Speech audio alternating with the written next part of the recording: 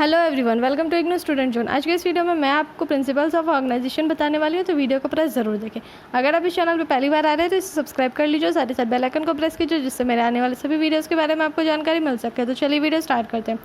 ये है MCO 1 का यूनिट 2 ऑर्गेनाइजेशन थ्योरी का point number 2.3 principles of organisation. तो चलिए इसके बारे में डिटेल में जानते हैं कि आखिर ऑर्गेनाइजेशन के क्या क्या प्रिंसिपल्स होते हैं। The principle of organisation are guidelines for planning and effective organisation structure. Let us discuss the important principles of organisation. तो जो प्रिंसिपल्स होता है ऑर्गेनाइजेशन का, वो एक गाइडलाइंस होता है ताकि जो भी ऑर्गेनाइजेशन का स्ट्रक्चर होता है उसको एफिशिएंटली प्लानिंग किया जा सके। तो चलिए उसके बारे में एक एक करके डिटेल में बात करते हैं कि क्या क्या इंपॉर्टेंट प्रिंसिपल्स होता है ऑर्गेनाइजेशन का। सबसे पहला unity of objective. An enterprise strives to accomplish certain objective. The organisation and every part of it should be directed towards the attainment of objective. Every member of the organization should be familiar with its goal and objective. There must be unity of objective so that all effort can be concentrated on the set goals. The principle requires objective to be clearly formulated and well understood. तो जो enterprise होता है वो कोई भी इसलिए establish किया जाता है, वो अकम्प्लिश किया जाता है ताकि कोई ऑब्जेक्टिव होता है जिसको कि फुलफ़िल करना होता है। तो जो ऑर्गेनाइजेशन होता है उसका जो भी पार्ट इन्वॉल्व होते हैं वो क्या होता है कि ऑब्जेक्टिव को अचीव करने के टुवर्ड्स ही डायरेक्टेड होते हैं। उनका सिर्फ एक ही मकसद होता है कि जो भी ऑब्जेक्टिव है उसको पूरा किया जा सके। तो जो भी मेंबर होते हैं ऑर्गेनाइजेशन के, वो अपने गोल्स और ऑब्जेक्टिव के साथ अच्छी तरह से फेमिलियर होते हैं, और साथ ही साथ वो यूनिटी ऑफ ऑब्जेक्टिव जो यहाँ पे बोला गया है तो उसका मतलब ये हो जाता है ताकि जिससे कि जो भी एफ़र्ट्स वो लगा रहे हैं, अपना जो जितना भी एफ़र्ट्स है वो लगा रहे ताकि जो गोल है उसमें वो कंसंट्रेट कर सके और गोल को अचीव कर सके। तो मतलब यहाँ पे ये हो जा रहा है कि जो भी प्रिंसिपल है जो कि मतलब ऑब्जेक्टिव को फुलफ़िल करने के लिए रिक्वायरमेंट होता है, जो भी प्रिंसिपल रिक्वायरमेंट होता है वो उनको अच्छी तरह से समझ में आना चाहिए, अच्छी तरह से मालूम होना चाहिए। इसके बाद है division of work and specialisation. The entire work in the organisation should be divided into various parts so that every individual is confined to the performance of a single job. This facilitates specialisation which in turns lead to efficiency and quality. However, each area of specialization must be interrelated to the total integrated system by means of coordination of all activities of all departments. तो जो entire work होता है organisation को उसको इस तरह से divide किया जाना चाहिए कि जितने भी पार्ट्स होते हैं उसमें हर इंडिविजुअल को कन्फाइन किया जा सके सिंगल जॉब, मतलब जितने भी चीज़ होते, जितने भी वेरियस पार्ट्स होते हैं ऑर्गेनाइजेशन का जो ऑब्जेक्टिव होता है उसको फुलफ़िल करने के लिए जितने भी पार्ट्स हैं उसमें हर इंडिविजुअल मतलब सारे इंडिविजुअल्स को अपॉइंट करना जाना चाहिए हर जॉब के लिए, ताकि वो अपना परफॉर्मेंस अच्छी तरह से दे सके। तो इससे क्या होता है कि जो भी मतलब स्पेशलाइज जो भी लोग हैं जो इस फील्ड में जो भी स्पेशलाइज्ड है उनको उसी हिसाब से काम देना चाहिए, जिससे क्या होता है कि काम जो एफिशिएंसी के साथ भी हो और क्वालिटी भी अच्छा हो, जॉब मतलब जो भी ऑब्जेक्टिव है उसका क्वालिटी अच्छा हो। तो उससे क्या होता है कि जो भी मतलब अगर मान लीजिए कि अगर जो जिस चीज़ में एक्सपर्ट है, स्पेशलाइज्ड है, उससे क्या होता है कि अपना पूरा ध्यान उसमें दे सकते हैं। और साथ ही साथ क्या होता है यहाँ पे कोऑर्डिनेशन भी बहुत ज़्यादा ज़रूरी होता है। जो भी एक्टिविटीज़ है अलग अलग डिपार्टमेंट का उनके बीच में कोऑर्डिनेशन होना यहाँ पे बहुत ही ज़्यादा ज़रूरी है। अगर कोऑर्डिनेशन नहीं होगा तो ऑर्गेनाइजेशन का गोल अचीव करने में बहुत ही ज़्यादा दिक्कत आ जाएगा। फिर definition of job. Every position of in the organisation should be clearly defined in relation to other positions in the organisation. The duties and responsibility assigned to every position and its relationship with other position should be so defined that there is no overlapping of functions. तो जितने भी functions होते हैं organisation के उसको clearly define करना चाहिए जो भी पोजीशंस होता है ऑर्गेनाइजेशन में होता है। तो जो ड्यूटीज़ और रिस्पॉन्सिबिलिटीज़ को असाइन किया जाता है पोजीशन में, उसके जो रिलेशनशिप होते हैं, उसके जो पोजीशंस होते हैं अदर के साथ, उसको भी अच्छी तरह से डिफाइन किया जाना चाहिए ताकि उससे क्या होता है कि जितने भी फंक्शंस हैं वो ओवरलैप ना हो सके। मतलब उनको क्या काम करना है, कैसे काम करना है, उसके बारे में उनको अच्छी तरह से नॉलेज होना चाहिए ताकि वो अपना काम अच्छी तरह से कर सके, ना कि ओवरलैप हो सके। अगर मान लीजिए कोई यहाँ पे काम कर रहा है उसको पता ही नहीं है उसको पर्टिकुलरली क्या काम करना है, उसको कभी कुछ का प्रोडक्शन डिपार्टमेंट भेज दिया जाता है, कभी फाइनेंस डिपार्टमेंट भेज दिया जाता है, कभी कुछ डिपार्टमेंट भेज दिया जाता है, तो उससे क्या होता है कि उससे वो अपना एक जगह पर अपना माइंड नहीं लगा पाता, जिससे कि ऑर्गेनाइजेशन को गोल अचीव करने में प्रॉब्लम आ सकता है। फिर है separation of line and staff functions. Wherever possible line functions should be separated from staff activities. Line functions are those which accomplish the main objective of the company.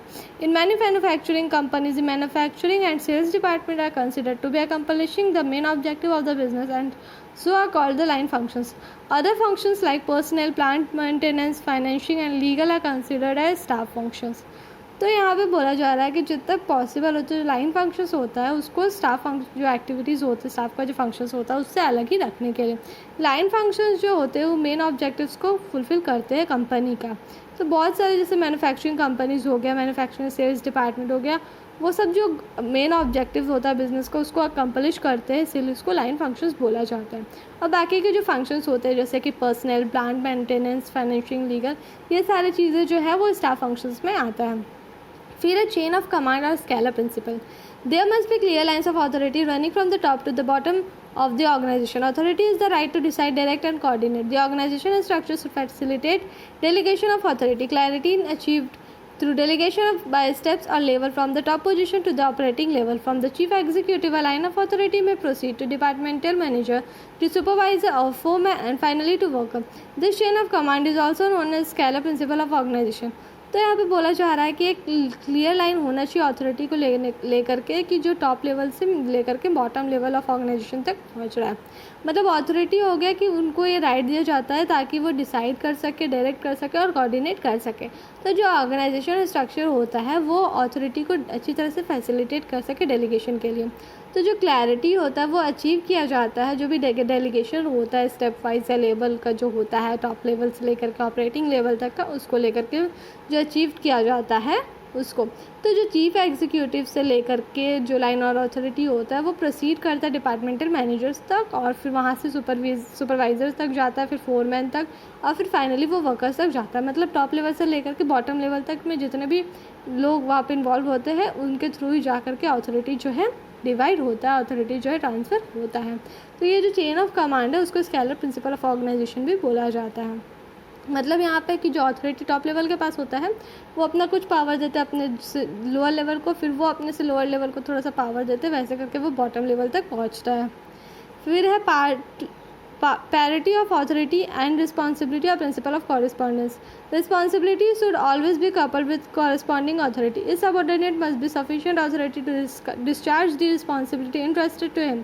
This principle suggests that if a plant manager in a multi-plant organization has held accountable for all activities in his plant, he should not be subject to seek orders from company headquarters for his day-to-day activities. तो जो भी responsibility होता है उसको क्या करना चाहिए, authority के साथ ही रहना चाहिए। मीन्स जो भी उनको काम दिया जा रहा है उसके अकॉर्डिंग उनको थोड़ा बहुत जो भी उनको रिस्पॉन्सिबिलिटी दिया जा रहा है उसके अकॉर्डिंग थोड़ा बहुत उनको अथॉरिटी देना चाहिए।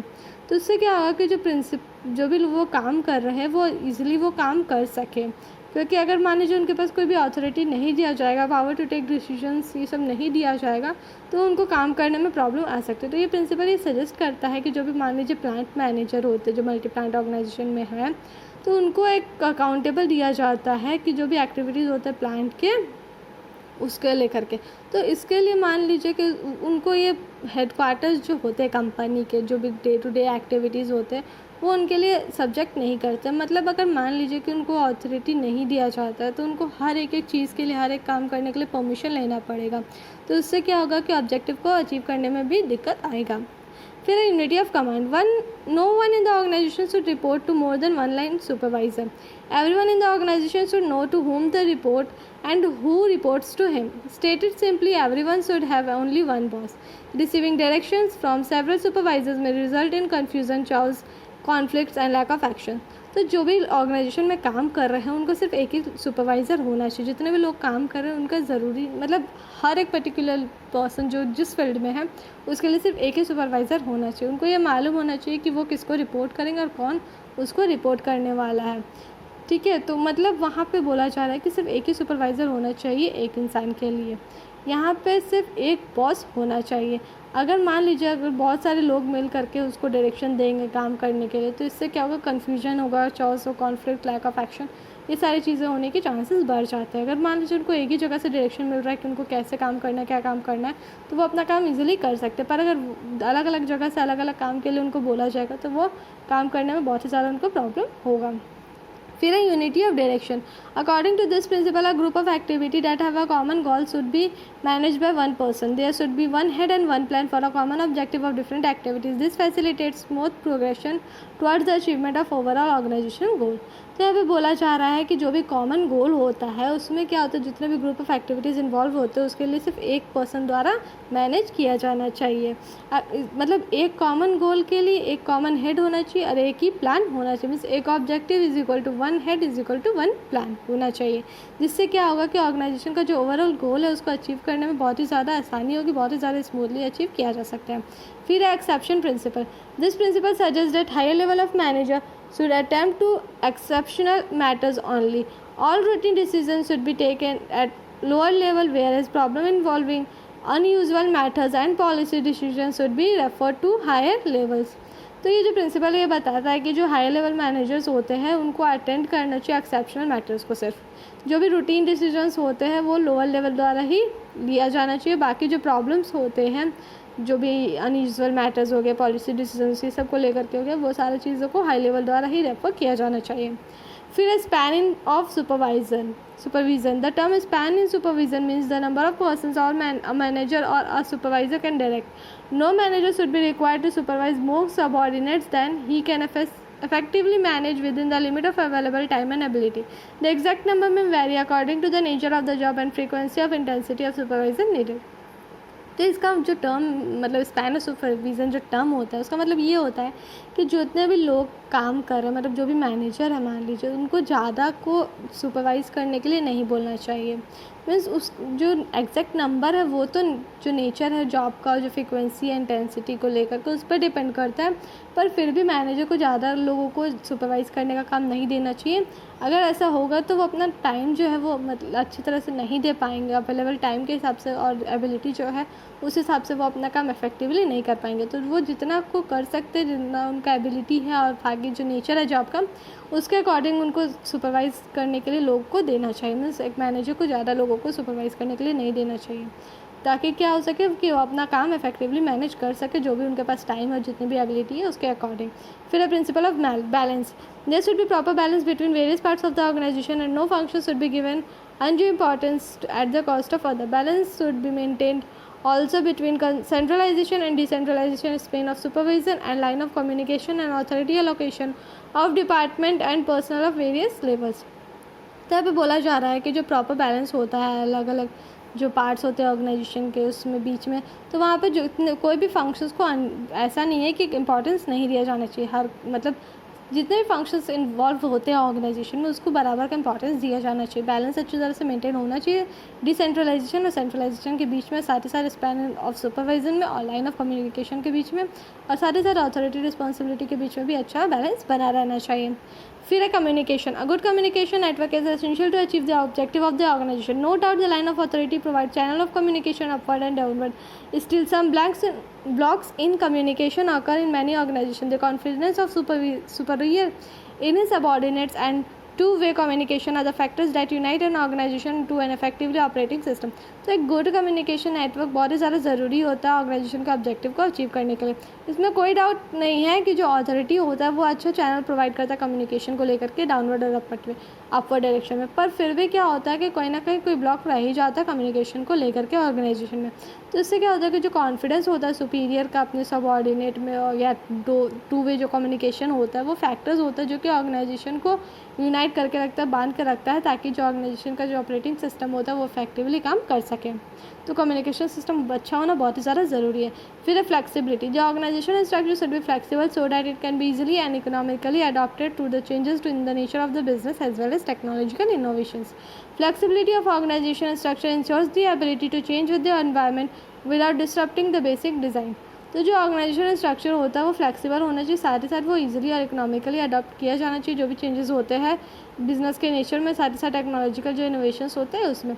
तो जो फ्लेक्सिबिलिटी होता है ऑर्गेनाइजेशन स्ट्रक्चर में वो इंश्योर करता है कि जो एबिलिटी होता है जो इन्वायरमेंट में चेंजेस के कारण आता है उसको वो ईजिली अडॉप्ट कर सके। मीन जो ऑर्गेनाइजेशन होता है वो इतना फ्लेक्सिबल होना चाहिए कि जो इकोनॉमिकली जो चेंजेस हो रहा है बिजनेस में उसको वो इजीली अडॉप्ट कर सके, और साथ ही साथ जो नया नया इनोवेशंस हो रहा है, टेक्नोलॉजिकल इनोवेशंस हो रहा है उसको भी वो इजीली अडॉप्ट कर सके।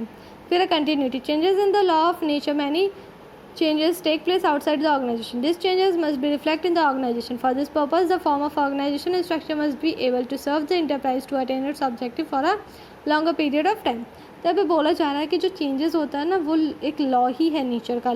तो बहुत सारे चेंजेस होते हैं ऑर्गेनाइजेशन में, कुछ ऑर्गेनाइजेशन के बाहर भी चेंजेस होते हैं। तो ये जो चेंजेस ऑर्गेनाइजेशन के बाहर होते हैं वो भी ऑर्गेनाइजेशन को रिफ्लेक्ट करते ही है। तो इस पर्पज़ के लिए जो ऑर्गेनाइजेशन का फॉर्म होता है, ऑर्गेनाइजेशन स्ट्रक्चर का जो फॉर्म होता है वो इस तरह से सर्व करना चाहिए कि जो ऑर्गेनाइजेशन है वो उसका जो ऑब्जेक्टिव है वो लॉन्ग टाइम के लिए बना रहे। मीन्स जो भी वो ऑब्जेक्टिव ऑर्गेनाइजेशन का है वो उस हिसाब से होना चाहिए कि जो भी चेंजेस हो रहा है उसके अकॉर्डिंग जो ऑब्जेक्टिव है उस पर कोई फ़र्क नहीं आना चाहिए।